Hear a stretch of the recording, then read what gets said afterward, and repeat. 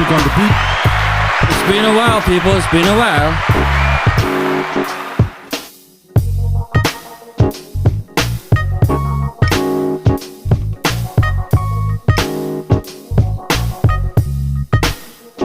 Ja. The Babbling Heads podcast. Yo, what's up? This is the Base 187 and welcome to the Babbling Heads podcast. I'm Dj Fingaz. En dan zit weer Charlie X2C. Yes, yeah. Oh, yeah. Check it. Today, yeah. Apologies for the break, but kijk, nommer maak die is we had to take a bit of a step back pertaining to COVID regulations and third wave numbers. So, but yeah, today we're back and we are interviewing one of the iconic DJs, I would say second to third gen, Carl Nicholas Alexander, aka DJ Juice, but not just a battle DJ. This guy has... He wears multiple hats. He wears multiple hats pertaining to when it comes to videography, audio engineering, live sound setups. This man has it all. But yeah, welcome. Oh, yeah, thank you. Ik wil ook zo'n intro hebben, man. Wat? Hoe is het? Praat met Asnik. Ik wil zo... Hoe zou je dat doen op die battle scene, man? Introduce yourself. Choose 021. Stylist Destroyers. Waar was ik nou? Hier in die dinges bij die podcast. Babbling Heads. Sticker. Dat was ik. I promise... Charlie on the ad-libs. Thanks voor sticking uit doen. I know het duurde kaklanker wat om dit te doen. Maar dan willen ze het doen en dan was het eerste riskeren wisselen. En toen achterna toen kwam emotie COVID. En toen zit de hele story. En op het finally we get to sit down and have a like a chat. Have a few beers, just be cool, like just now. So let's start off by asking you how did you get to love music and hip hop and DJing? Where did it all start for you? Man, it's a long story, you know, we've been in the game. We got time? No? Yeah, okay, so... En ons het bieren, mensen. We are not... We're not sponsored by Castle Lager yet. Alter Liquors, alsjeblieft. I was telling Fingaz, I was saying, yo, like, I like the spot, man. Or was I telling Shaq? I don't know. Someone I was saying, I like the spot. The beer is koud hier, bro. Stick out. So, okay, my journey started quite young. With a love, for hip hop music. It started about, I think I was 8 or 9, somewhere around that section. We were a crew, my brother, myself, and a homie called Nigel Morkel. Oh, yeah, he won. Just reference your brother's name, is it? Oh, my brother, Asif Alexander. Asif, yeah, cool. DJ Maxi. We were a crew back then, and we did what were we called? Vice Versa. Okay. Yes. That was a takeoff from Chris Cross. Exactly that. Yep. Yeah. So we used to do the whole rapping game and all that kind of thing. And you also wear your clothes back to front also? We did. No, we did. The Pipi Dangri backwards the whole trip, me bro. Yeah. Het was kak ook to go take a pee in the hole, me bro. And you going crisscross style. I was like, ew, what the hell now, nigga? Waar gaat het nou? Yeah. No, that's where it kind of started. But then my DJ mentor, his name was Andre Maggot. Big Dre. I remember Big Maggot. Dre. Yeah, Grassy Park. Yeah. That cat. Grassy Park, touching on Lotus. Sorry. Yeah. It was at Lotus. Dude, that bra had the fucking best vinyl, dude. Nah, full on. Bra. Yes. Ik kan staan in Cento. Ik ben moest die maken voor recordings like. That's it. But that's Big Dre. No. Isn't it no? No, that's a Big Dre. No.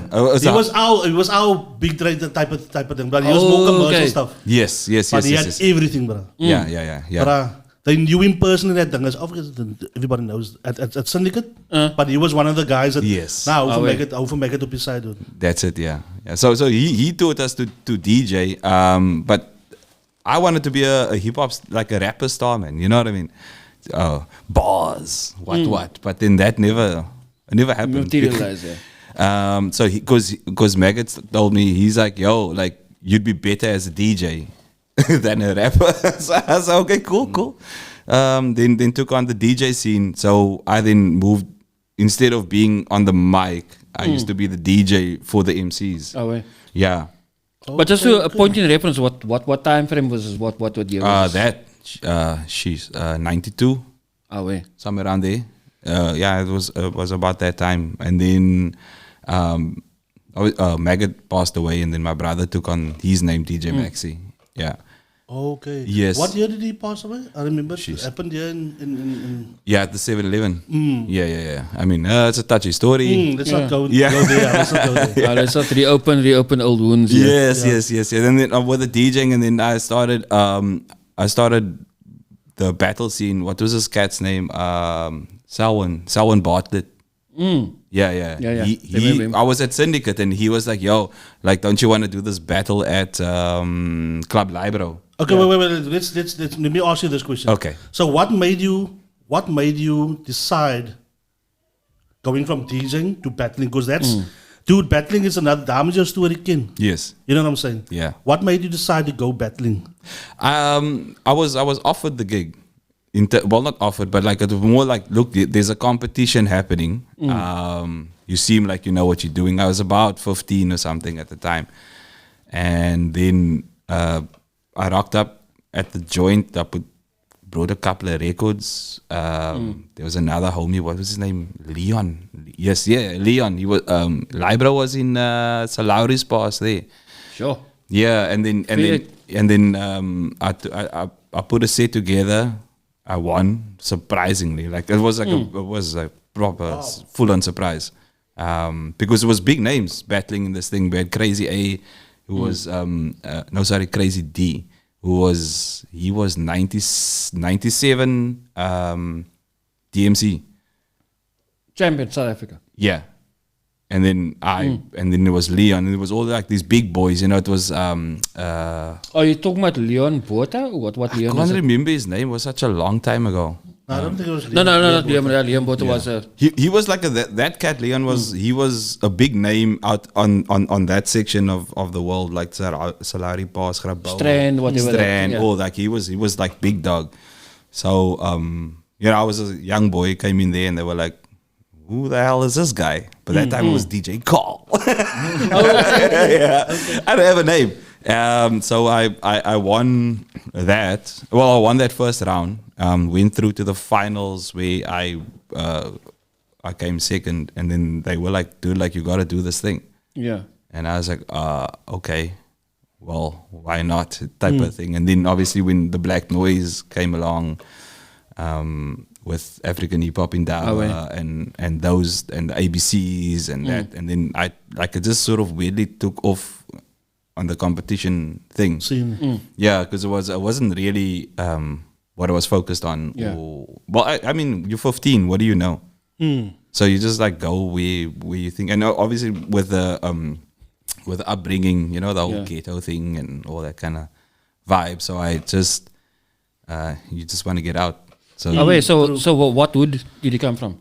Who? That was the wood. It's like, Me. I come from Ottery. Ottery. Okay, Ottery is local, yeah. But not the nice side of. Do you know Ottery? Yeah, I know that. We all know Ottery. We all know Ottery. I grew up in. I can go now on the weekend. I know exactly where to go buy dope in the blocker. There we go. Yeah. I was like, Demon! Ja, so ding wat 'n man aan dink is dop. Okay. Yes. Nee, dink zijn naam is Demon. Check it, but I wanted the little stage where I said I was keeping a nugget when we were chilling in the green room. Yes. And yes, so by the way, yeah, we are that bougie. We do have a green room, like before we come into the But it's not podcast. painted green though. That's a swimming pool ook hoor. Moenie speel nie. There's no jacuzzi, maar hulle kan kom met hulle beiders. But dink zijn naam is Demon. It's like, okay, the first time I met you, and I told you, you don't recall where I first met you. You were still smoking a 4-pack of Moods. Oh yeah. 4 packs. Ze remember no? And I know because you forgot your 4-pack of Moods and I smoked it the next day. I was like, oh shit, this cherry cigarettos are like dope, ik say. But it was at my brother's 21st, Kurt Southgate. No lies, man. That's my brother. My bloedbroer. Clearly die broer, ander broer is die oulike een, né? Oh yes. Yeah, but okay, that is spot on there. Spot on, yeah. Like again, but back in the day, I was a kid myself. He used to do the Michael Jackson thing, eh? Yeah. Remember? Yes, he was big. Yeah. No, big. He was a Michael Jackson impersonator. He was like Yes. frontline at Chili Bar, whatever. And he was more the Prince kind of guy. Yeah. Age. Yeah. Age. Yeah. Age didn't treat me well. But the alcohol preserved me. But no, that. But but that was most my first interaction with you. And you played a dope set. It was like me, my cousins, obviously my broodie, whatever. At the back in the separate interest by my Taiwanese joint. And that party moved. Yeah? I remember you came like with this bloody big ass buns, whatever. I think Was like, a red light there? most likely yes. We had a spinning, at that time we had this spinning red light. It was, my brother, okay, wait. Okay, I see it. No, we had a, that was kind of, yes, it was in that era of the spinning red light. We had a, you know that thing that they put on the cars? Yeah. Oh, like the police cars. Diding, yeah. So we used to, that was kind of our trademark. It's like, hey, bro, you know, like if that red light is in, I as a call is playing, bro. That's special. No, but like, prior to that, like when, okay, I wasn't saying I'll never credit myself as a DJ, but when we actually got like fucking, me and Quinny, DJ Born to Perform, used to go out with, my mom's a hi-fi system. So either Iowa, hi-fi system, like with the turntable on top, with the CD deck, and that's when the CD deck just came out. And the two cassette players, and we used to like play from cassettes, and we used to do Jola next door to where you played, and in a couple other spots, and that's how I think Quinny's also, his interest in DJing like went like further. It's like we used to do mixtapes before, which is not like, you know, as a DJ is not a purist or whatever, but that is how we got into this. And it was like, for me it was like always just, and then seeing you performing at the African Hip Hop in Davao, I think I joined the Yuldu team in 2006. But then going through all previous footage and photos, there was a photo of you, bruh, in your boxer. I was just gonna in say your boxer. What's up with I haven't seen it, but dan is het praten over in die meeting, in Zoom meeting. No, but kijk, Dancewell. Yeah. You mentioned it there. the thing is like in Daba like brought out the best in the DJs. It's like I think the first DMC qualifier we did was 2005, if I'm not mistaken. Mark Jacobs got the license, whatever. But then we revitalized it, I think it was 2012, whatever. Yeah. So I think we sent OnQ over to London and we sent Codex the following year. But I mean, it's like, and I think the guy before it was the guy that runs Fiction. He had the license for quite a few years. Yeah, Jean. Jean, yeah. Jean, yeah. But in all that time, it's like, what made you choose, like you said, you were DJ Call. What made you choose Juice? Oh, the Juice name. Man, so high school days, I was told I needed a name. They were like, yo, brah, like you can't, like, what is this name? But Cole's dope, dude. Yeah? Dude, sure. I was DJ Terror, dude. Who? DJ Terror. Raw, like scaring people. Hallo, Tere MC gaat de Ah, but DJ Terror is like whack, dude. Raw. Daarom zeg ik, dude, Call is not that bad, dude. But Juice is better, though. Yeah. No, the Juice comes in because I needed a name, or they told me I needed a name, and my favorite movie of all time. So hits. Oh, Juice. I knew that. I knew the Reference answer to already. Tupac. So Tupac's character was what? Bishop, yeah. So Was the character? Yeah. Wasn't it Birdie? no, Bishop, man. Bishop. And then yeah. So and the reason Blame why it on it the stuck alcohol. was because like because of the area and the influences of Friends and so on and so forth. I really loved that movie, and there was and the guy DJ Q in the movie, like he was battle DJ and he just wanted to get out of this whole situation. So then I went like, that is probably the most fitting name that I could ever get myself.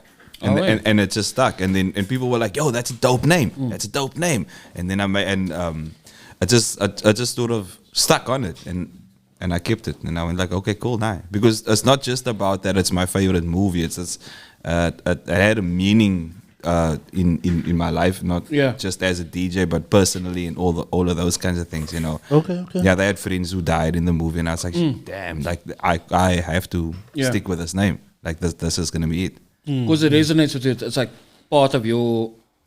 Literally, you've been through the same thing. You've seen the same things happen. Exactly. Yeah. And I know, like, look, obviously, like, there's if you had to Google it, like, there's 1,000 DJ Juice in the world. You know what I mean? But same with Fingaz, same with Mad Fingaz, same with with Ready D's. It's a small. No, but like even like wasn't D's first name Explode? Yeah. And like the Black Battle Cat, remember that? yeah. Yo, it was fucking go hard that. Yo. Dude, yo. Praat van DJing and names, and you mentioned his name. DJ On Q. Yes. Did you guys see in the week? Safwan. What was? Yes, what was Safwan. it? DJ Cubert. Yeah. Cubert is playing a set. Cubert says there's about 4 DJs on Switch that he follows and listens to. It's Shortcut, no? On Q. Another DJ Revolution, I think. Yes. I'm like, dude. On Q. On Q, bruh. Sure. Nee, that's a major big up. Kijk, I need to tell Cubert, kijk, ga check voor onze Anna Champagne, man. For Codex. For Codex, yeah. No, but it's like, kijk, we need to give props. That man has taken many titles. And he's I'm not taking away from anybody's skill set, whatever. But that bra is a hond and he's dedicated. Ik was al zo baie kwaad saam met Codex. Ik zeg, Jan, I'm as ek by die battle course Codex daar, joh, gaat ek nog weer. Codex. It's like let's do this. Yeah. Do this. Anyway, wait. Here's a quiet thing. This was live. DJ Codex, we as the Babbling Heads podcast would like to see you play off against DJ Juice. Ai, gaan ons weer. We do it. No, we know. No, Why must we? not a versus battle, not competitive. We would just like to see and showcase your skills and your technicality to the rest of the public, because this is a skill set that is underappreciated, and it's a dying skill set. People, you must understand, turntablism as it stands doesn't get the respect that it deserves. But it's a worldwide phenomenon. It's a worldwide problem. thing, yeah. It's a Tell me, worldwide problem. since we're there now, what do you think? Now, what do you think as a battle scene? What do you think is lacking, and what do you think we need in order to boost it? I'm asking you this. I'm asking you that because I'm teaching now with the kids. I'm teaching kids in the school, and before I do that, I teach them obviously the basics first. Yeah. The baby, just so that they can get used to the controller, man. But then I ask them, what type of DJ do you want? And I'm will say like a slit, a house speel, man. Yes. So it's a dying. Even they don't even know that they can achieve that, man. Yeah. So what do you think? How are we gonna change the mentality? Look, I don't know. To compete it's a different breed of DJs. Do you know what I mean? Like we can't just force battles. I always tell the guys, like, look, I think it's important that you compete, because firstly it humbles you. When you walk off that set and you lost, like jy voel soos kak. Yeah, you know what I mean? And we all know that feeling, that losing feeling. That losing feeling. So in that sense, yeah, but I don't know how we can uplift the scene. I know there's a lot of guys who want to scratch, or they just scratch because they feel that is what needs to be done. I think maybe we need to take it back and say, like, look, scratching is not everything. First learn to DJ. Like first learn to put a set together, and then we can take it into the battle scene. It would really be. I mean, like Three Styles and those things. Like they've done really well because they've put together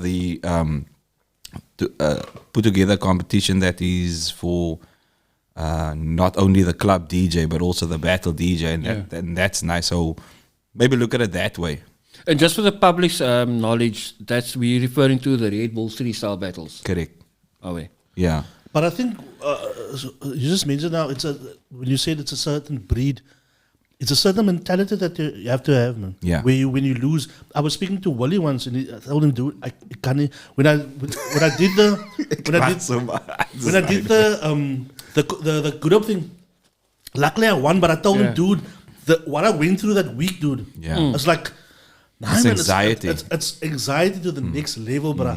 Especially when the platform is a bit raised, whatever. Yes. But it's not me, man. Yeah. But he told me, because I asked him, dude, it's not in me, man. Okay, I won, whatever, but I can't see myself doing it anymore, man. That week alone was. So he's telling me, dude, nah, man, just it's gonna get better, man. Yeah. But I think you guys are a different breed, man. You're so tough, man. Yeah. You know what I'm saying? But my question is, how do I teach the next lighter to be more tougher than what I am? You know what I'm trying to say? I think that kid would know that is what he wants to do. You know what I mean? Like for us, obviously, back in the day, we saw guys like Reddy D and them. So it's like, I want to be that. Yeah. Automatically, I felt it, and we were like, I want to be that guy who jumps on a turntable and emulate that. yeah. So we got, obviously times have changed now. We it's not just about us wanting to be like club. Well, nowadays it's just like everybody wants to be a superstar. Yeah. I mean, that's the truth. That's Yeah, the truth, it is, yeah. I also want to be a superstar.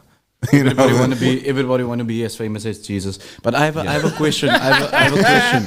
That's I have a question. Absolute Jesus. I have a question, man. Like not actually a question. I have a statement, man. It's not just DJs alone that's suffering, but it's not just DJs. It's MCs, but Skill. it's the dancers. Like vra vir rapper. Gaat sy nou weer? Hy gaan rap. Here, hy gaan rap. Lag hulle om uit. As die danser, gaat sy weer spin op jou kop. Hy gaan spin op jou kop op buite. You get what I'm saying? It's not just with the DJs. Nobody respects the craftsman. The craft, yeah. Yeah, nobody respect the 1,000 hours you have put into your own craft and like Nobody perfecting respect the craft, everything Look- that you've been busy with. Do you understand? So I'll always like reference Emile Pateintus. Emile has always said like, look here, om het te maak hier in Suid-Afrika of in die Kaap en self, Hasie uit sy moet haar hasie te hol het kan trek. As hy as nie skoon is. You didn't eat enough. Then you didn't eat enough ravage. Then you didn't eat enough ravage. Shame, man. nah, but it's We don't want a lunch chocolate covered bunny. We want a pure white bunny. nah, but it's not just that, man. Kyk, Yeah. for my as an artist, my bro, I struggle to find the respect I actually deserve, my bro. Yeah. If it hoe dit voel om 'n DJ te wees. my bro. Lyricism and wordsmithery, etc. Firstly, I need to produce. I need to make a beat. As die beat fire genoeg is, dan gaat er niemand naar mijn number luisteren nie. Then I have to find the perfect words. It's a klomp werk, bro. This man earlier on, he said, yeah, audio is his work. Om te werk met sound is zijn werk.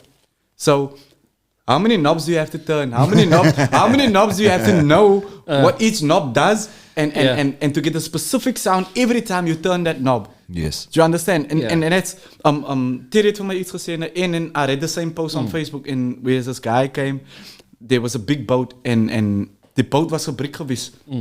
Niemand kan die boot weer maken.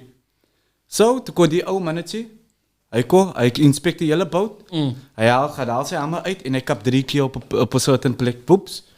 Die braas zei van hem, oké, nee, poeps, die boot werkt. 100%. Die man zei, so what's your bill? Die man zei voor hem, like $20,000, man. I don't know the specific amount, but it's $20,000. Zeg maar voor hem, wat? Ze heeft net gekapt 3 keer op een plek. Dus zei, nee, oké, it's $1 for me to knock with the hammer.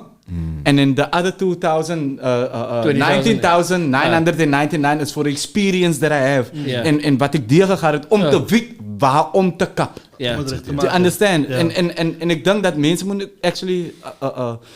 DJ's kan niet scratchen. DJ's kan niet... You know how fucking timing works, bro. You know how... Ze kan niet...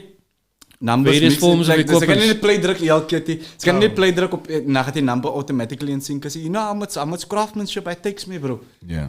It's a certain amount of work. Also like, look at, and this is coming from me, that is not a DJ. But to go from SL1200 Mark 1 to a Mark 2 to a Stanton unit to a, I think Yamaha also has units.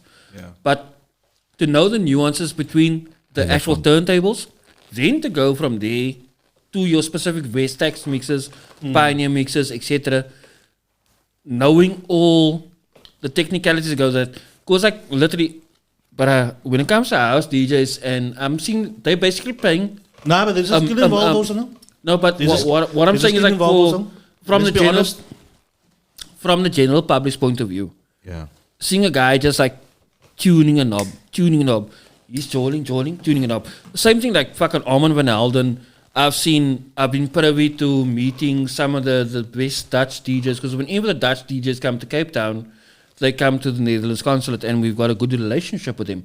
So whenever Ultra happens, he'll do this here. I've been living there with Goldfish, with fucking Jack Barrow, with Martin Garrix.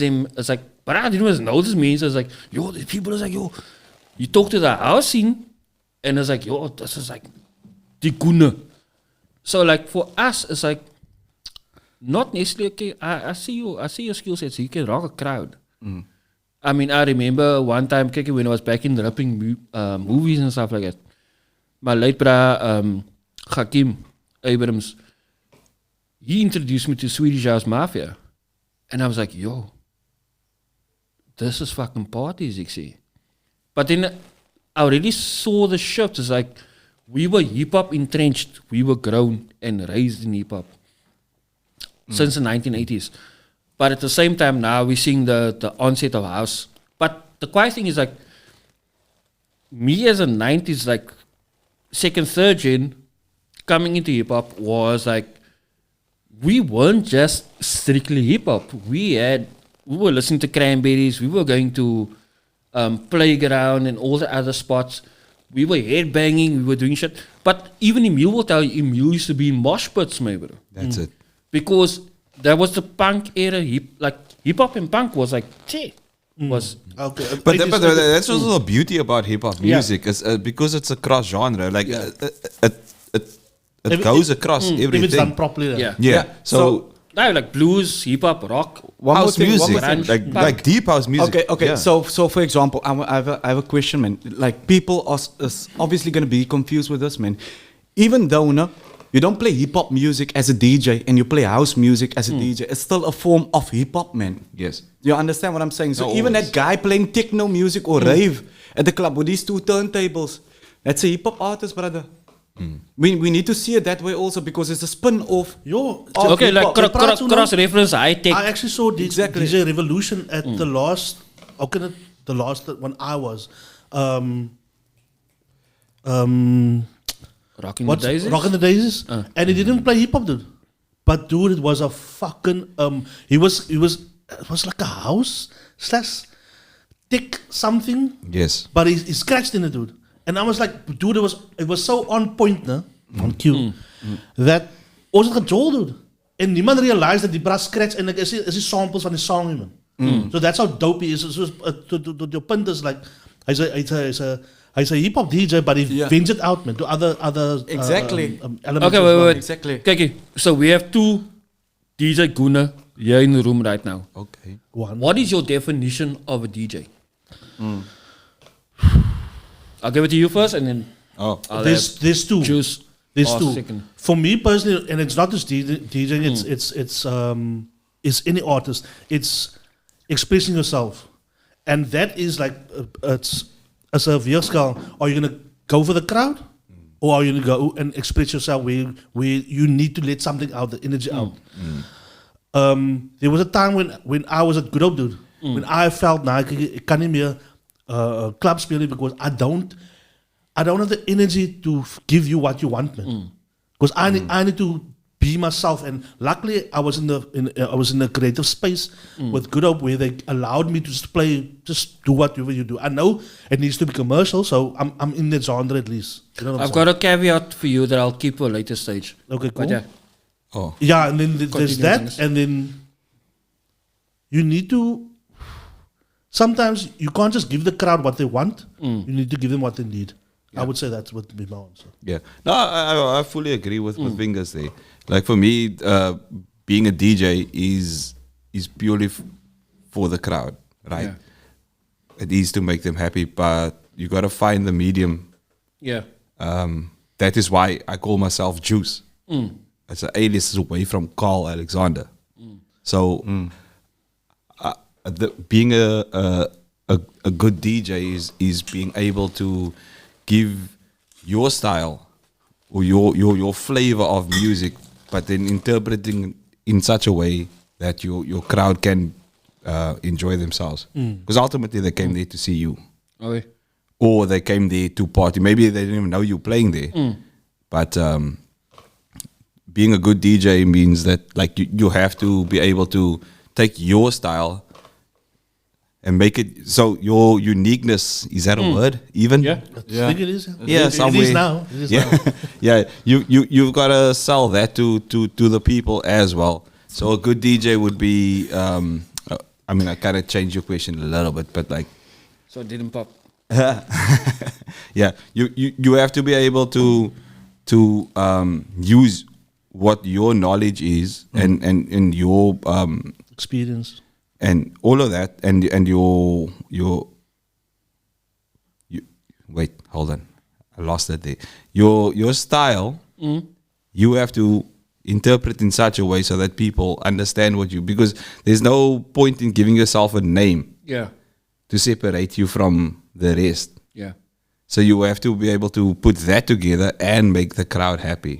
So whether you a technical DJ on the scratching turntable thing or you're just playing music, because I mean ultimately it's just playing music and making people happy. I've been in situations where I was like told I had the worst day. I wasn't planning on going out, but I just came in for a beer. Yeah. It is now 4 o'clock in the morning, and I'm still here because of you. And that, for me, So, Please tell him it wasn't me. Don't blame me. Don't blame me. but you know what I mean. Like, that's why I can say like I fully agree with what Fingaz is saying. It's like it's our job in a sense. To like it goes a little bit deeper. It's like I mean, DJing can get you paid, cannot get you paid. Sometimes you scuttling to get there, whatever. Yeah. But you went there because you were in a sense sent. I don't know if I'm going off. no, You're still on course. Dude, I feel 1,000% what you're saying now. Yeah. Like Cuban said it. He's like a slave. Yeah. Remember when he was in town? He Yes, said, I'm a slave, dude. I need to go where I'm needed to give this energy to people, man. Yes. And I do that's 100% you know, not that off, dude. Okay, not cool, off at whatever. Yeah. Check it, but I want to say this. No?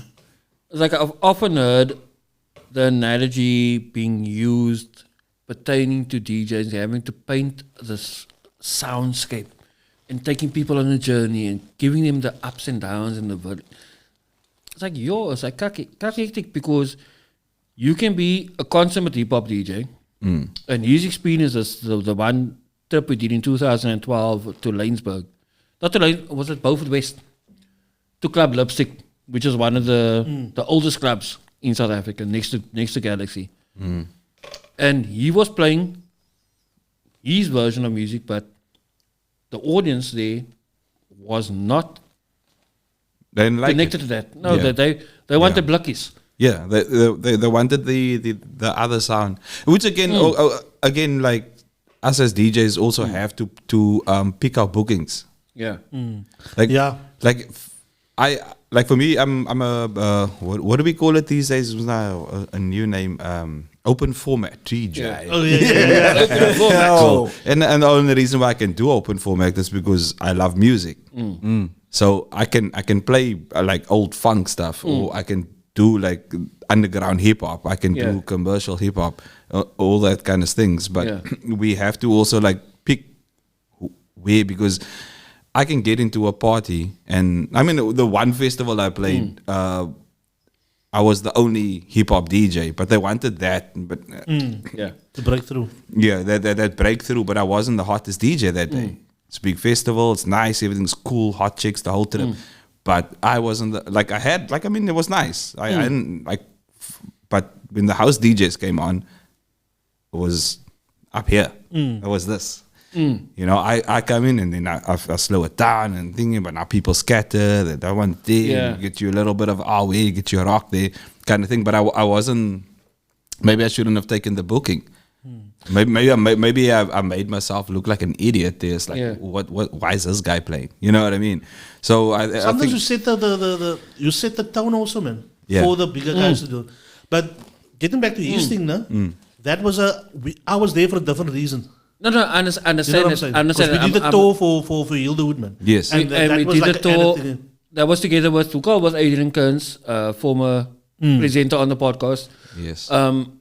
He also set it up to a fact that, like, look here, we have to go out. We need to do hip hop development within these different towns within the Western Cape. And yeah, it was just, but also at the same time, the kids weren't necessarily tuned in, and also the general public. So I don't take anything away from Nantal's skill and his capabilities, but it's just the sound. While I'm still defensive, sound. I just want to say this: it doesn't take it doesn't take one DJ to be advertised a day before the time to make a party. You know what I'm saying? Yes. Irrespective of Okay, what okay. DJ. I have a question. I have a question. I want to move this conversation on. What? He asked, wat sê dan is van 'n DJ nou? Nou my question is man, wat maak vir 'n DJ hip hop? Hoe is hy 'n hip hop DJ? Wat maak 'n hip hop DJ? Like you spoke about the house DJ, but the house DJ is even in my books, a house DJ is a hip hop DJ. Do you understand? For me, yes, it is. Because they kry say for example, they vat van Michelangelo and for Donatello, hulle gaat 'n picture paint vir jou. Whoops. One is drawing cats, the other one is drawing dogs, but they're both artists. Isn't that true? No, the you say the DJs in your analogy. Is it the music that you play? No, it's a mentality, man. Because I think for me personally, you need to be rooted with the culture, man. Like you can have a house DJ that plays commercial hip hop. You're still a DJ, dude. Just dope at what you do, but you're not, because we have a lot of dope DJs. Just give me a second. We have a lot of dope DJs that play commercial stuff, but they don't play the hardcore stuff. But at the same time, they're not really hip hop DJs. But they're not hip hop DJs because the type of music that they play. But the scratching part, that discipline makes them hip hop. Yeah. If you get what I'm saying. Yeah. But the mentality, if you can trace what you do to what was born in America, what was birthed in the Bronx, and that mentality, whatever, I think that kind of makes you a hip hop DJ. And if you can trace it back to the old funk and the old R&B and that, I think that makes you. Okay, I understand. So why don't we not say you're not a hip hop DJ? Why don't we say there's the hip hop cultured DJ and then there's the uncultured DJ? Wat die You're sucking for kak now. No, you can't say an or maybe a conventional DJ instead of dude. Like, but you're still a DJ though. I know you're still a DJ. Yeah. So that in itself is respect, dude. Yes. You know what I'm saying? Going back to the original name, DJ disc jockey was a guy that was doing the platters on the radio station, playing the music for the audience. But I would actually like to, seeing that this is live, I would like to send a shout out to DJ EFN and Dream Champs. I would like you to weigh in on this because we've met you a few years ago when you came down to Cape Town. So it's not live. No, he's not tuned in. No, he's not necessarily tuned in, but like kicking. But I talk about shout-outs. I got my boy technician. He does all my technical for me. He's saying like, you boys got toys. We got toys. We got the toys. We got all the toys. Okay, we got the Stantons. We've got the phase units. We've got the Pioneer SX3. Shout out We've got the new mark. We got shout out to Serata. Okay, like we care sponsors. Who's care sponsors? Yeah. So you. Giveaways. So what puzzled me now was like, I knew you as the battle DJ and you played at parties, right? Yes. And then all of a sudden, I hear the bra is like, I think he was studying, and then all of a sudden, boom, I hear to the grapevine, man is now a cameraman. I think you worked for SABC2 then. No? Yeah. SABC basically. Yes. You were, yeah. Yeah. So tell me, how do you go from battling, DJing, and then all of a sudden, boom. I think it started when you were on a couch. That's how good I know you, dude. That's how good I know you, dude. Oh yeah. Okay. My cool. research is dope, dude. So I, obviously as the DJing and so on and so forth, and then I left to I never left DJing. I'm still a DJ, but like I studied sound engineering. Cool. And then from sound engineering, obviously after the years, you need to sort of up your skills and so on and so forth. I then went back to school, and I studied what was the course called? Camera work and lighting. Okay, and I then obviously found myself in television. Through that too. As it progresses, because I was also I have a electronic thing. Background. Yeah. You know, so all of these things I had to put into one, because it's the DJing, the sound engineering, it's the camera work, and so on and so forth. And then it just sort of progressed as life went on, because I have a technical background, you know, and then moved from that into camera work, and from camera work I became a director, and from there and I started a company called Carl Nicholas Media, which deals with all of it. Okay. The music side of things, the camera work, the directing, the producing films and things. Yeah. Wow. Yeah. So how do I nutshell this thing? How did I get from the one point to the other? I have absolutely no idea. No. It was just more of the fact that I had interest in a lot of these things, and life sort of led me to sort of link all of the knowledge. Yeah, I understand completely what you're saying, because like when I started at the Babbling Heads, I started as the audio engineer. This is the guy working on the audio, technically a sound engineer. Post recording, and, you know. Yes. And then after that, I had to like dive into this ATM Mini Pro, and then after that, I had to figure out how the Stream Deck work properly as well, so that I can, you know, so that we can set up and So as I see the part, like, okay, and I just want to ask you one question before I go on. Sure. Are you a perfectionist? Yeah, very much. Yeah, it's elke sound engineer, but it's you need to it's perfectionist, man. Like you can't when it comes to sound also, man. Or for example, say for example, I'm busy mixing a song, right? But not as a DJ, but as a audio engineer. Whoops.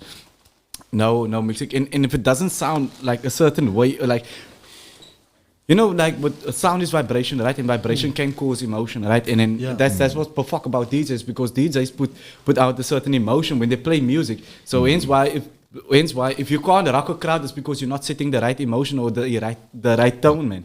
Yes. Do you understand? So as this yellow thing with my eyes, like when I'm busy mixing and and then like if I don't get goosebumps or a certain feel from a song, and then it's pointless doing it. With like you were asking about the whole camera work and so on and so forth. I had a lovely journey through life. Lovely journey. It came from the ghetto. It then moved on to a lot of different aspects in life. I always had a keen interest. My brother and myself were very much into electronics and so on and so forth. And then we moved across. My brother's a paramedic. Yeah, right. So he's got a weird life. He's a paramedic. I still want to meet him. I see him on Facebook, like in gat.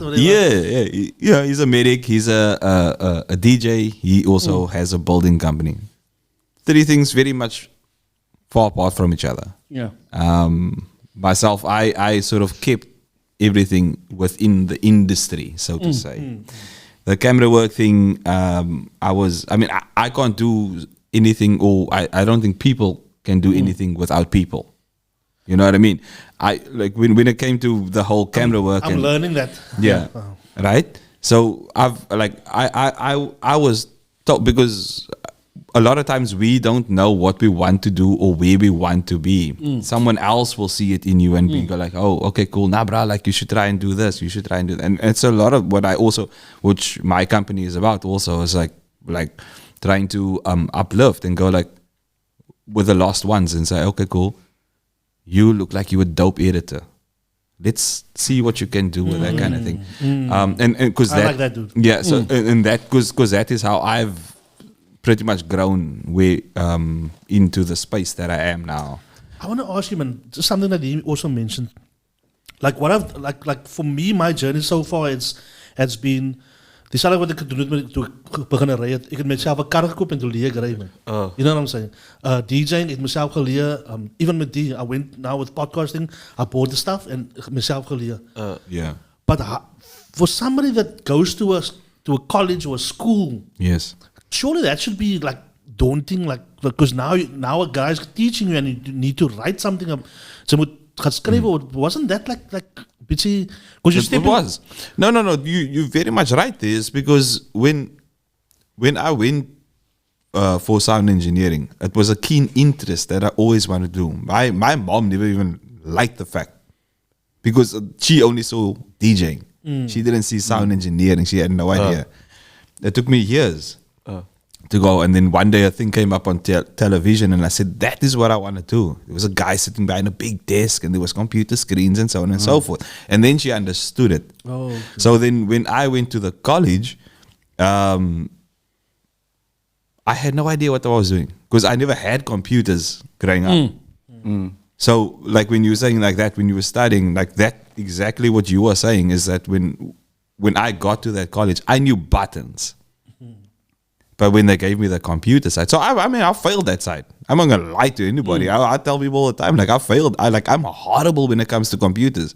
Disgusting, actually. Not even like it's not even like I'm bad. You know what I mean? But I've obviously I had to learn and I had to force myself to get to that point. But what I did was I focused more on the live aspect of audio engineering, and that was not a problem for me. When you were saying like, oh yeah, let's write down, like almost like saying the analog versus the digital. Yes. Analog versus digital. But correct, yeah, because I was also I was fairly in terms of you go to primary school, you go to high school, you go to college. When I went to college, it was like 3-4 years after the fact. So I had to now sit with younger kids who are in the generation of that, and I tried my best to. The Obali.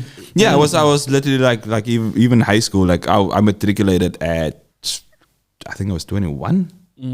Not because I'm dumb. You're lazy. No. I left school.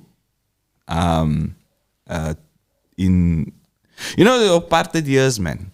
So like when my brother and I were the sort of that generation of the first few kids who were able to go to a Model C school. Oh, okay. Okay. And then that's getting a little bit deep, but then I learned later in life that we didn't actually fail standard 9. Yeah. Yeah. We were told we need to go to a technical school. Ooh, yeah, that ethnotechnical, whatever. You know the one. It's exactly where they sent us to. I only figured this out later in life that we must I'm not a stupid person. And my family is not stupid people either. My sister owns a very successful travel agency. Koppeltaskas, man. I can Maar misschien met Thailand toch? You know what I mean? My brother Since STEvel, yeah. I don't know where I'm going with this conversation, but That's right. So, but like for us, we it was difficult for us to sort of learn because I think at that time government was they were obviously suppressing us as colored people because and black people and Indians and like at that time. So I left high school because we were told to leave high school. Sure. To be put into a technical college because they probably needed artisans or something at the time. Right? I think they were pushing it. And the weird fact is that today, in today's time, they are calling for or the resurrection of the technical colleges because they closed all the technical They colleges. did. Yeah. And I mean, Kiki, my thing is this, man. You can, if you're a plumber, if you're a bricklayer, if you are a boilermaker, welder, etc., you have a skill set. It's a big skill. It's a major skill that takes you internationally. It's the same thing as a nursing degree. Yeah. You do your internship, you do your time on the ground, but it will take you all over the world because that's international, almost like it's a base foundational standard. Yeah, we cannot work without the artisans. You But can't work without the artisans. What they did with us is they sent us back. They sent us to a technical school. I feel that they just needed to get rid of the numbers because there's obviously with anything there's a number to it. Yeah. So there was maybe too much colored kids, maybe too much black kids, whatever the case may be. I left school, did that, I then worked for a satellite company as a technician. My brother and myself, we're very close because we just from school, from childhood, all the way up until we broke away into our different sectors of what we wanted to do. So then I then went to the technical school. We worked at a company called STS. We did satellites, C-band, whatever, all that kind of stuff, which was hot. You remember when DSTV just came out, you know? Yeah. All that kind of thing, worked at a video. There was a stage like when IT was hot, when graphic design was hot. It was like, literally, like the weird part about South Africa was like, there was like certain, wait, we need to go into advertising. Yes. You need to go into this, you need to go into that. And we were like forced into these things. It's like, and I remember at school because I was a fucking good artist. Yes. I was one of the top two, and the only like my peer that I consider my peer, he went on to become one of the head designers at Car Magazine. Yes. But I didn't pursue it. I had to go work with a local company, VDM, here in Witten. Yeah. As an apprentice artist, I was head-picked out of school. I was like, come work here. But it taught me signwriting, it taught me fucking mixing daga, it taught me a lot of things that I also took with me later on in life. But at the same time it's like, why were we always like constantly steered? It's like, this is the season for this. Then it was, everybody was fucking graphic designers. Yeah. Then it was, everybody was IT engineers. Yes, that's correct. And a lot of my peers went on to do their things. Yeah. Working locally and internationally. But it's like, we were like told, it's like, you can only do this. Yeah. And at the same time, the technical schools fell by the wayside. Because, my father's a qualified boilermaker. Yeah. And he could get work anywhere in the world. Yeah.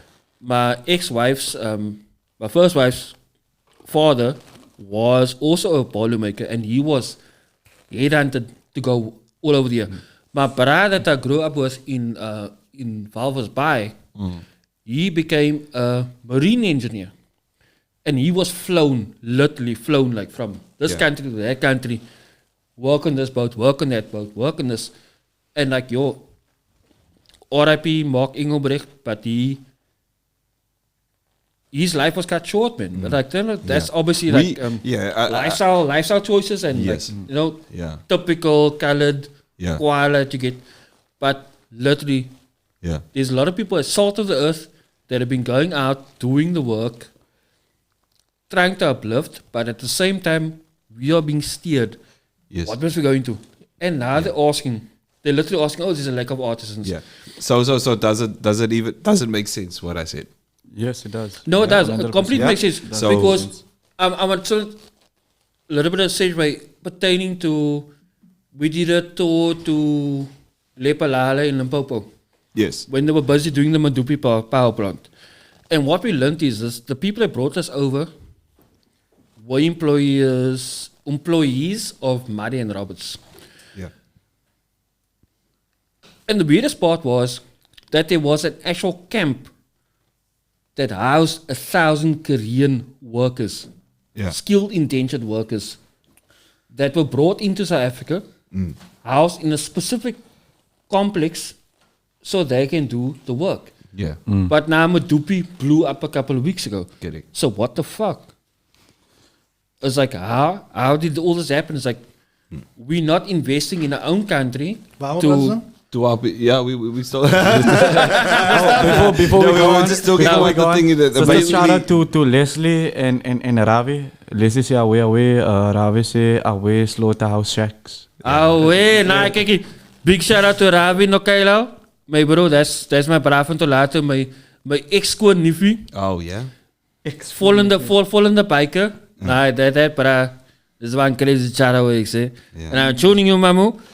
I got you. Also DJ Larax is saying Super gear. Super gear. Just to get back to Nantal's question that he asked you, for me personally, I think that once you go into like university or college or whatever, your professor you're gonna have to think about it this way also, man. Your professor obviously teaches you how to be exactly like him. Yes. Or for example, if Nantal teaches all of the schools, me how same to school of thought, DJ, I am gonna be the exact same DJ Nantal's gonna be. Unless I explore on my own as well. No. If the lecturer needs to emphasize on who are you, put yourself into your music, man. You know what I'm saying? Hence why the H, who am I? Exactly. Okay, just getting back to now. Before I say this, the reason it's so important for you to break down where you started, man. Yes. Because ze krijgen leiders nowadays. Ons kyk nou vir hom, hy het sy accolades, maar hulle sien nie die stappe nie, man. You know what I'm saying? Hulle sien nie want hulle voel miskien insecure. Hulle moet sien, kyk, dude, ek was insecure toen hy gedoen het, but yet I tried. Yes. You know what I'm saying? The need to hear, like, kyk, die stappe te kom, die stappe te kom. Ek was nie so kwaai man, but I focus on this. So het geef vir hulle 'n bietjie plak, man. Yeah. Because we don't see, we just see, kyk, the braas daar, maar ons sien nie die stappe nie, man. Yeah. A lot of people, everyone just see the hype. You know, like for me, like obviously you went to college, you skit with a lot of white people. I told you. So people automatically assume that you grew up a rich kid. Or you had all the DJ gear, somebody bought it, like your mommy and your daddy bought it for you. No, it was never like that, you know. And likewise at the same time, even if your mommy and daddy bought you that gear or put you into college, you still had to do the work to get to the point where you needed to be. Which is where a lot of kids get it wrong, get it twisted. And I'm not saying just kids, I'm saying like people our age. They automatically assume that because you have this and because you have that, it just came to you, not even naturally. It was just given to you, and that is sort of the mindset that I always try and change. The struggle, you need to. I'm not saying like, oh yeah, you have to go through a struggle to get something. I'm sorry, that's bad. I'm not saying that like you have to, like things just come to you for free. Yeah. Like you have to work for it. Even if somebody gave me $50, it depends on what I do with that $50. Yeah. Do you know what I mean? Yeah. I can either spend that thing on a packet chips or a paar bieren. Yes, I can, and then sit with nothing. Or I can take that $50 and make a 150 off it, and then take that 150 and make another 150. So that's is what I always try and instill in a lot of people that sit with me or have chats or. So yeah, I'm gonna take a personal segue pertaining to that, because like as a lady in 1994, yes, Matani literally told me, "Okay, you're finishing with school. You know, got this opportunity to go work for this company now as an assistant artist. And bro, my first salary was a fucking 800 rand a month. Yes. In today's reckoning, is like, that's fucking slave labor. Yeah. But with that slave labor, with that salary, I paid my rent. I paid off my, I think was the LG sound system that I asked my mom to buy. En my maat vir my gaat koop op haar kant by Base. Inside, this was mine. It's like, yo, quite, but I have a responsibility to pay it off. Yeah. And then when I decided at the age of 20 I want to get married, she said for me, so I can nog fokol van the responsibilities, and till today, as harsh as it might seem, when my mother put me out on the road and said, look here, is al je goed, gaan. Yes. En maak jou way. Yeah. Was the best move ever. Because you have so much kids that are being, wat gekloosterd wordt, wat die maas in paas wil opcover. Nee, die is my kind die. My kind is nie so nie. Maar tough love, for me, is one of the best options. Like, and I've always said this to my ex-wife as well, with my daughters, with my son, etc. I tell her, look here, if you want to make it in life, jy moet sabber, jy moet sak vir jou ding. Yeah. Jy moet werk. Yeah. Nobody's going to give you, don't expect Yes. And I think, your granny, your mother, your father, whatever else. And I fully believe that we are now at that age or at that time in life now, we should be that people. We shouldn't be holding back. Like if somebody asks me like, yo, I got a guy the other day that said like, I want to learn to DJ. He's probably like 30 something. And I was like, yeah, cool, man. But like, yeah, what are you gonna, like, I'm not gonna just waste my time on you. Yeah. Like, let us give the knowledge and the experience and everything, like the hardships, all of that. Like the holistic approach to yes. it. Yeah. Give it away, man. Like, what am I gonna do? Go to my deathbed with it? True. No. I'm like, yeah, take it. True. And if I get nothing from it financially or whatever it is, then it's okay. Like, but I've passed it on. Yeah, but you get in turn, man. It's not always immediate, man. They kry terug, man. Yeah. Units is It work like does. that, man. It comes. It fully comes back to you. You know what I mean? Like, we shouldn't just hold back on this knowledge. And I know there's plenty of us old schoolers who come from. I know I don't look old. I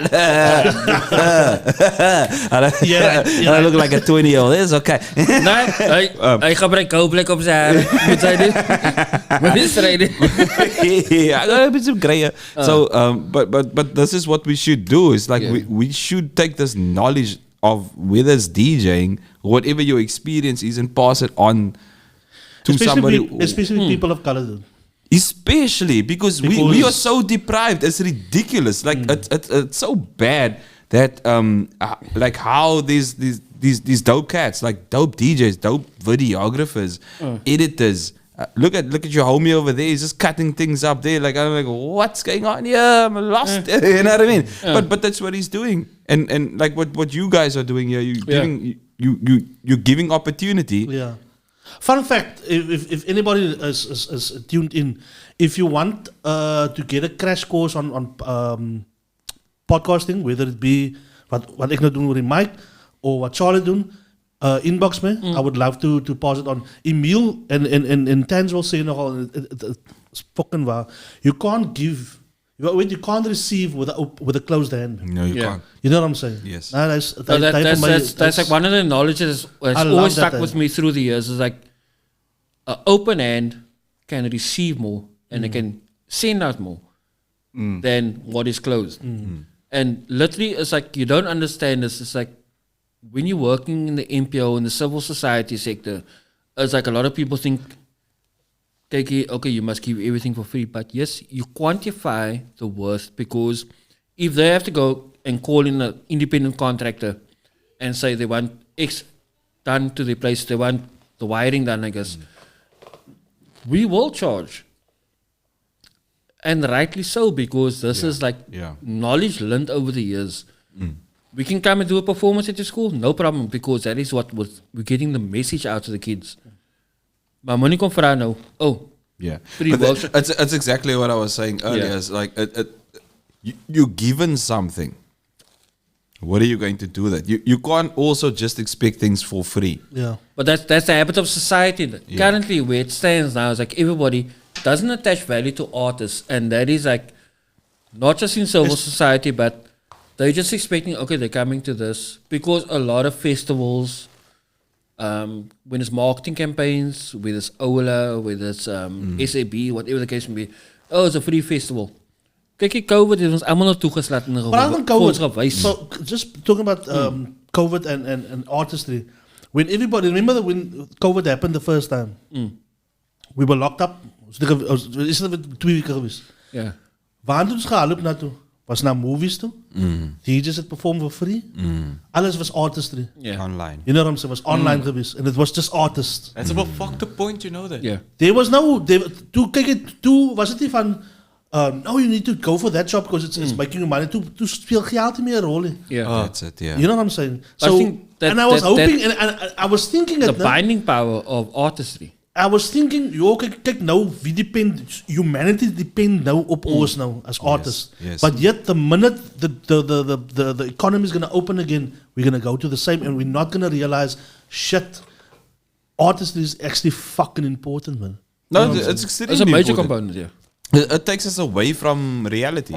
Yeah, Us. and it makes us, it makes life more, the pain not seen so cock anymore, man. No, it doesn't, yeah. Makes you cope better. Yes.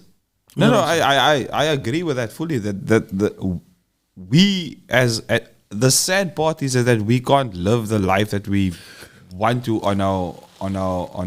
and this is abroad. Like it doesn't even matter whether you're Jay-Z or Dr. Dre or whoever it is.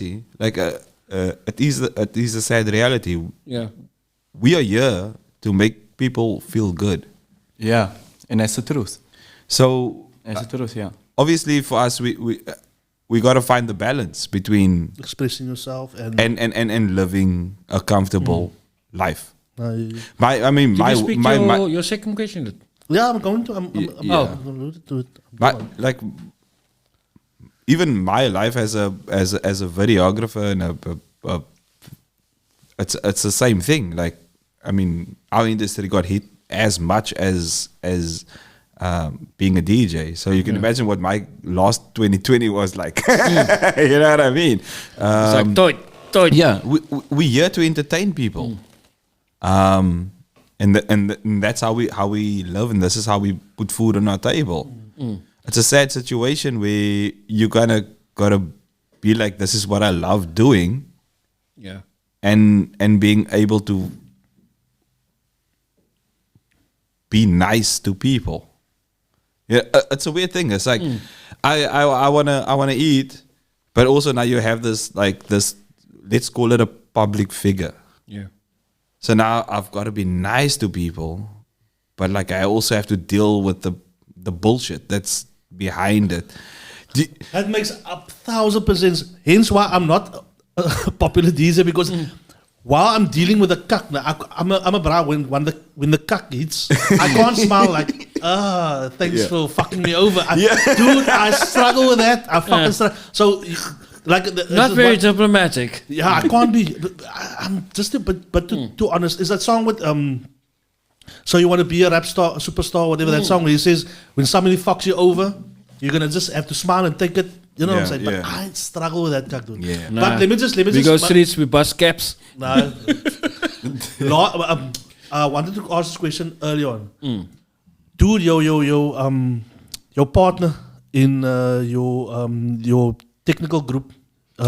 Technique. Technique. I call him AK. This is my AK for him. The king of swing. It's also, what am I? It's dude. Kijk hij brana. Hoe hij bra swing met zijn scratch, dude. But Okay, just- no, you know what I'm talking about. No? He is bra swing. No? It's like, how the fuck do you do that? Okay, wait. Swing. Okay, swinging means No, not swing. I'm saying put in reference to who the people is, because the general public doesn't okay. know. DJ Technique. As DJ a Technique, partner. aka Angelo Ford. Yes. There we go.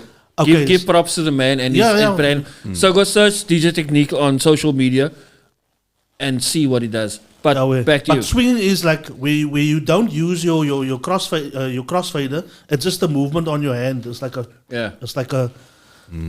You can't really explain. It's back and forth, but It's it's A and B, but it's like a. Pardon, it's record control. So technique. Me and Technique go way back in the day. And then we started this crew called Stylist Destroyers. Here we go. So Stylist Destroyers is a turntable band, and what we do is it's like four of us, which is Fredrix as well as Blue Moon, and you'll put up, I don't know, 6, 8 turntables, whatever the vibe is called for, and you play as a band. Yeah. Like what a normal band would be. Oh, yeah. We would play then but on turntables. Yeah.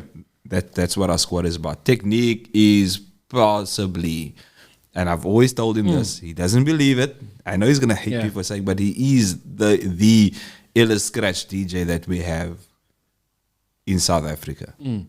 Like he is. The guy is on a level. He's always been on a level that, because when you're scratching and those kinds of things, like it's a sound that it's either you like it or you don't, for the layman ear. For the layman ear, not for us, like for technical DJs, you know, like your Q-Birds and the all those guys, you know. But like his style of scratching is different. To fun fact, no? He uses the same mixer that I use. Yes. But then wanneer ek so scratch na, dan vraag ek my mixer like, kyk jy doen man. Ek het nog al 'n video. I was my mixer the same thing. Ek het gesien tegniek doen ek self doen befakte goed nou. What the fuck is wrong with you? But it's not the mixer, it's fucking fuckers. It's the person. It's the person. Exactly. And as I said, like there's a lot of a skill that goes in. Tech studies, what do they call patterns and things, like he's got a graph there with lines and whatever you call that stuff. I'm probably the most hard-working, laziest DJ you'll ever find in your life. I don't practice. I don't, right? That guy will sit and he will work out, oh, okay, cool, what happened there. He's also extremely competitive, right? So he will work out like, okay, cool, so thingy did that. Let me just get this to this point. Oh, okay, cool. The guy's level of scratching and his knowledge is beyond. It's the difference is that when we scratch, like I've learned to create my combos so that it is palatable to the ear for your layman. Yeah. Because it's pointless in me going to a club and rocking up and doing just this. It doesn't make sense to that person on the dance floor. That is okay when you're at the DMC. You know what I mean? But at the same time, while you're doing that in technique, doing the andere dingen, there's a part of you that's like, how the fuck does he do that, man? Yeah, how does he do it? Yeah. You know what I'm saying? I There's don't, still that, bro, like I don't know how he but does there's it. still a part of you that wants to know how he Yes, does it. of course. Like we'll jam, like we'll sit there and we'll and he'll be like, oh no, I did. And like Blue Moon does the same thing. Fredericks is like a super producer guy. You know what I mean? Like his level of producing tracks is just, it's up here. You know, Blue Moon the same thing. Like he just does like yeah. That's what I always tell them. I said before, our crew is so dope. Like obviously, but because we're underground, we come from that old school era that like, oh, okay, cool, we gotta earn our way to the top and this kind of thing. It's like it's a weird thing, but our squad is dope. Our squad is like super fresh. Like there is, I don't think there is anything better in this country on the Stylist Destroyers. You know what I mean? It's like compared to what the beat bangers, Spindle Crew. What? What? The Spindle Crew? Oh, the Spindles. No, but that's our boys. Like, I mean, Hammer is like messed up. Like, I can't compare myself. No one can compare themselves. Hammer the Cat and who else is in there? Hammer the Cat and it's basically was him and then... Is it Redwood? No. And then it was... Sorry. But he wasn't he the part best of got them? skilled. Who? Wasn't Redwood part of them? No, it was... he was affiliated, I think. No, Marvin. Why can't I get to his name now? Marvin... But it was basically the Spindle Squad started with Cut and shout out to Cut. You know, Cut is fucking 2 times DMC, the Red Bull 3 styles, name it. The man's got it. No. So like he uses awards like Doorstoppers. No, it's just like I was chilling with him last week? No, 2-3 weeks ago. He was in Cape Town. Oh, okay. Yeah. He was kicking it out here. What was our point? Where were we going? That's the point of this babbling. It's we don't have a point really. We just fucking babble. Just babble. Yeah, no, I think I think I was gonna say that like I think how now it brings you back to your earlier point, like what makes dope DJs. And I think it literally just depends on what you want to do. It really does. If you just want to if you just want to be a selector and drop tunes for the ladies, then be and that. rethinking everything also, man. Yeah. Thinking out of the box, because I think that, I remember like DJ David, hy het sommer gespin op die turntable. That for me was like, oh wow, so this thing is, it's not, there's no box for it, man. There's no box. No, You know not what at I'm all. saying? Like if you look at I'm just in a reference now, and also one of the great not just in DJing but also in b-boying, DJ D'Angelo at the African Hip Hop in Daba. The brand used to slut freezes on top of turntables. He was a b-boy on the floor and on a turntable. Man's is hot. You can't stray him like that. No. He was literally. He was bowling on it, my bro. Like you can't stray that. I just want to allude to this thing. Just check out this fucking thing here. Here we go, the middle one. Thunder. Yes. Check out this. Give us a volume as well now. Oh, yeah, sure, no problem. Yeah. Volume. So it's muted. It's muted. It's muted. Yeah, It's muted. I know, Chins, relax, Chins. Skryf die fucking knoppie.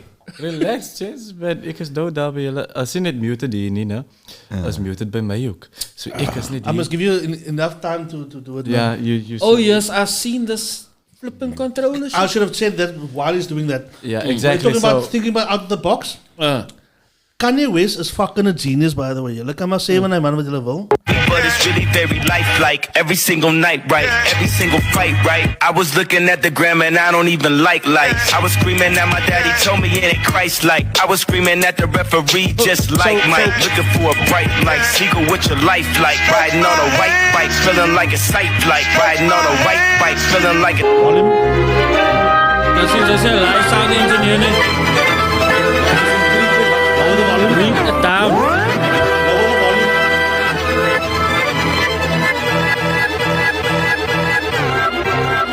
Lower the volume on the stream.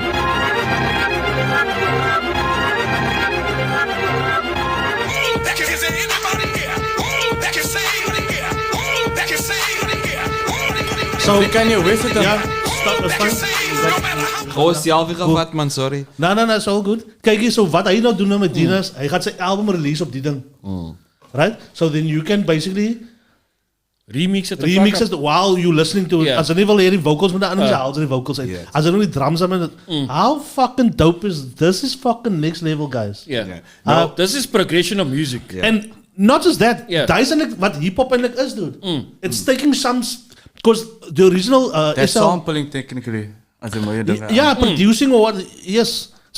It is actually sampling. Yeah. So he's the original turntable was hij gemaakt voor scratching. It just happens to be the toughest one. And to DJ gezegd, oh Yeah. shit, die ding is tough. Die andere kak weet je van mij niet. Yeah. So you created something out of something that wasn't. Didn't we say put at your the beginning of the podcast? It isn't silent though. Yeah. But what I'm saying is, while the bar has been put so high for us to think out of the box. Now die box is like so groot, ze kan niet meer uit die box. Dan krijg je ouwens als Dibra wat net he's just fucking something else. Groundbreaking. No, that's a dope idea. something. I don't like that man. That man want to buy the fucking planet. Like, hij wil die wereld koop. Yeah. Like, that man is not right in his mind, man. And and that's dope because the thing is, as a DJ, as a DJ, you should know the software where you can do that. Yes. Where you can take, because in Easy, shout out to Easy, hij heeft een maand subscription gevat van die program. Yes. En toen vat hij al zijn numbers, whatever, toen maak hij like a cappellas, instrumentals, zijn favorite songs. Yes. To DJ with. Yes. I never thought taking that technology and creating this, dude. Nah, dude. No, yeah, no, look, I Kanye is, but okay, you need Kurwan to do that. And the influence also. But because he probably told the brand, but minus the money, just to have the thought, Yep. to be able to come up with an idea like that. And that brings you back to remember, like whenever I tell you I've got a caveat, I've got a little ruby here that I want to keep for you. when you were I thought doing... it was a... Sorry, I was going to say that. Ik ga het heel roepen, oké. It's alright, it's I want alright. to tell the police. I want to tell the police. Kijk, but when you were doing... Remember about 2 years back, when you were also doing the acapellas and the acapella mixes, but you were doing it like for select crowd. You weren't doing it for Good Hope. You were doing it here for the brasa. It's like, yo, and you were fucking pumping the shit out. Even when you did the remix of Wham. I did that in lockdown. Careless Whisper. Yeah, I did Yo. that in lockdown. Boy. I might actually put it out. Do it, bro. Do it. But kijk, back to the point. Coming from Stylist Destroyers. Yes. I remember 2012 attending your events. And bruh, I was staying in Walmer Estate, and I walked down to the one event, and Nod was busy spraying the logo Yeah. outside. Oh, that was when we did kickback parties, yeah. So that was you, Technique, and a couple, I think Reno ADR award. But it was a very niche event. It wasn't a typical hip-hop event. It was more like for creatives. Yes. So tell me, what was the thought process behind setting that up, and how did it go? Originally, Reno and myself, we used to work together at Waterfront Studios, and he does that, and I do this, and kind of thing. And the idea behind was I wanted to host a party because I always host parties, right? Yeah. And then I wanted to do a party that's called No Request. Okay, because Yeah. DJs love requests. It became like, so at the time it was very much like, oh yeah, you play like every music was so commercial, which is fine because I mean underground becomes commercial, fine, fair enough. But it became so the party scene wasn't what the party scene was anymore. So I wanted. What year is this? It was like 2012, somewhere around there, right? 2012, yeah. So I wanted to create something that was about the DJ. You know what I mean? It was literally like about the DJ, like you play that, but we wanted something that was hip hop because hip hop was also lost at the time. It was becoming just this mess. So we then came up with this name called No Request. Then Reno said, let's get Ryan. Ryan does marketing, so on and so forth. Ryan then comes up with the plan for kickback. And kickback meant that because, the fifth element of hip-hop, knowledge of self. So let us then give back to the community. I was like, oh, that is so dope. This is it. The idea behind the event was that we would host events and then proceeds would then go back to the communities. We then took all proceeds. We found a what do we call them again? A charity. Yeah. And then we would then give the money back to them however they needed it, whether it was food, whether it was a blanket, like for one of the greatest things I think for me was a really nice one was that I went back to my hood. And was able to go in because it was winter time, and we then bought like a bunch of beanies and things like that, and then I personally took it there. It felt good because people were like, "Yeah, bro, like this cat, like he's doing cool, but he's coming back home, and he's giving back." So that was the pardon, not to make it about myself, but that was the idea of the kickback. Yeah. It wasn't just a jewel. It was a hip-hop thing. So we chose, and that's why, like even back then... Community activism. Yeah, Youngster was our MC.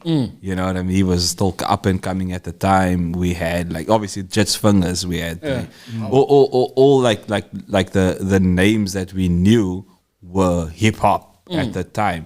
And we wanted to grow hip-hop. And not just the music, but the culture. That was the idea behind Kickback. It had nothing to do with like just having a jam. Just like case in point, is like there was a similar movement also in the same time frame. I think was Clint White was the legacy movement. Yeah, and like was a befucked initiative and like documenting history and everything and like taking it to the communities. But like what a lot of people don't understand is that because this is community driven. Yes. At the same time, the longevity. And I mean, not a lot of people can be on, and I'm not Can blowing sustain horse. it. Yeah, sustainability. Heal the Hood has done a lot of things Exactly that. and existed For so because long, of the sacrifice that the staff was willing to put in. And I mean, I'm going to tell you now, straight out from my point of view, there was years that I was earning less than a ShopRite. Yeah. No, I don't mind if I cry because, this is my hardship. This is what I've been doing for my community. Yes. And it's like, yo, you must have my ex-mochies on my kop, you must hear. I was like, go get yourself a fucking proper job, man. Yeah. Go get Als yourself het a van die job. motie af, kom ik over die Tani af. Ja. Of like shit like that. It's But like, I yeah. know. Nee, ze kan niet meer blij. It's like, dude, it's like, no, but literally, when you are... Okay, ik ga nog dinges. Yes. Ik ga nog tijd disclose. Yeah. But you are earning less than a ShopRite shelf backer. Yeah. And you're doing this for the love of your community. And then when you get to the stage where you're, okay, now you can alleviate and quantify your worth. And you can go in and say, and then when people say like, guys, can you come do it? Okay, cool. I'm going to quote you out for sound. I'm going to quote you out for a sound engineer. I'm going to quote you out for videographer when he looks for pictures and alles is there. And then it's like, oh. Yeah. Now it becomes a Yeah, an- people an- don't an realize issue. the extent Yes. of There's what they're asking certain is there are certain things that I mean, as much as you want to give back and you want to do, but these things cost money. Yeah. It really does. Like for you, even like doing this, Equipment alone in here. it's a cost on its own. And like for us, you're trying to help, but like I also need to eat. I think I said Yeah. it earlier. Yeah. Like we also want to eat. I have a family. I have Yeah. this. I have that, and all the kind of things. So a lot of people also don't understand that part. I have to. I'm trying to help you, Can I, but help me, help you. Yeah. Type, can I be type. honest with this project now? Yes. I originally thought it might be like fruits in Could I ask before you? Can I use your toilet? no, go for it. I'm actually on the same bus. we can- Yes, we can actually wrap up. Yeah, let's wrap Yeah, up. let's wrap up. No, wait, don't wrap up yet. Let me use the toilet and then I wrap up. No. Let me wrap up. And then Okay. Yeah. So the whole idea was hopefully it's gonna do. But what I've realized is sometimes you need to just give back without getting Expectations. anything Correct. in it. Yeah, in that's return, it. Yes, right? yes, yes. So yeah. So this is just it's a medium for you to understand Yes. the guests better. Yeah. Yeah. And maybe understand us in them. Yeah. Yeah. So that's yeah. Yeah. No, beautiful stuff. Shout out to you for having me, bro. Yeah, Oh, yeah. wait. Thanks Big for doing this. Nou, ik wil check now. Yeah, from Ik the knijp Babbling neem Heads hem. out. If we're not gonna bounce now, we're not gonna fucking bounce. Because we can go Shout on out for to- hours. We can go for hours. Yes. Gooi de outro. Outro we do.